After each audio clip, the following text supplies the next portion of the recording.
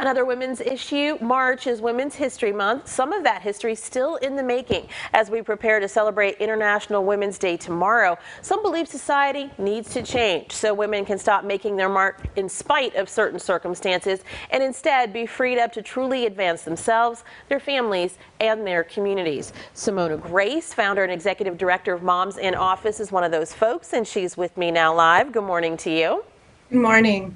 The last 12 months have seen just a tidal wave of new abortion restrictions wash over the country. In terms of your advocacy, how would you say those changes have affected the state of the American woman in 2022? We have seen a tidal wave of these laws restrict abortion access all across the country.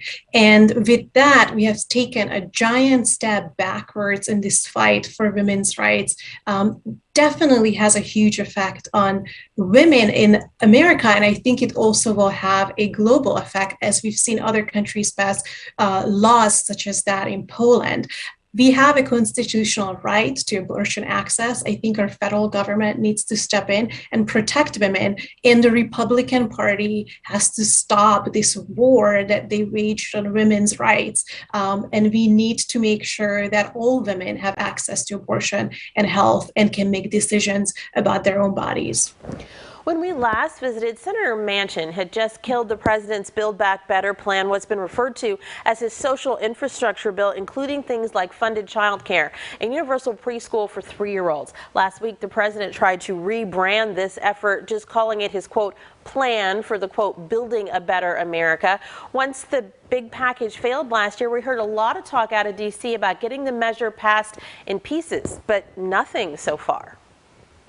You're absolutely right, Sincere. I feel that if this bill was on life support before the conflict between the Ukraine and Russia erupted, now definitely the plug has been pulled on this legislation. 82 million women voted for President Biden and on a party and politicians that promised that would enact policies that would help women recover from the pandemic and put into place laws that would invest in our families and lower costs.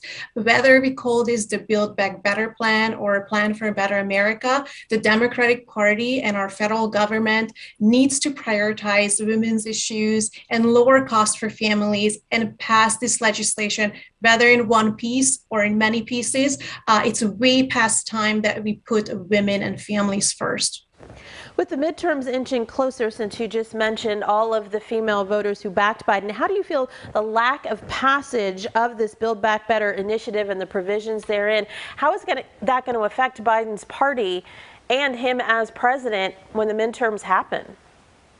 Women are the supermajority of this country, and women are the majority of Democratic voters.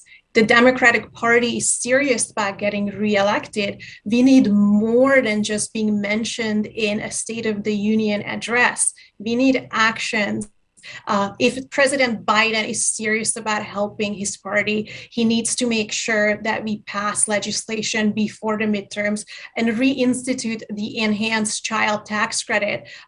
Not continuing with the child tax credit has taken out $300 a month from families' budgets. That will have a huge effect on how people, families, and women will vote in this upcoming election. What happens to American women if funded child care and universal pre-K don't get addressed? The president's original package also included funding to help with long-term in-home care for older Americans, and we know most of the folks who provide this kind of care are women. I believe that a strong democracy must include a strong economy, and we cannot have a strong economy without all women being able to participate in the workforce, without giving women the option to get to work. It's no longer a possibility that we put women in this position that they have to choose between a paycheck or taking care of their children. It's no longer an option for us women to spend more on childcare than we're spending on our mortgage. Women need to make sure that they are prioritized because we have to take care of our families, we have to get to work, and our economy is simply just not going to recover without prioritizing getting these millions of women back to work who are still out of work since the pandemic. Just quickly before we run out of time, tomorrow is International Women's Day. The campaign theme of the day for 2022 is the hashtag Break the Bias, with the intent to promote a gender equal world. What is the most significant form of bias that you feel women are still facing in our society? And what are your hopes for what may change between now and International Women's Day 2023?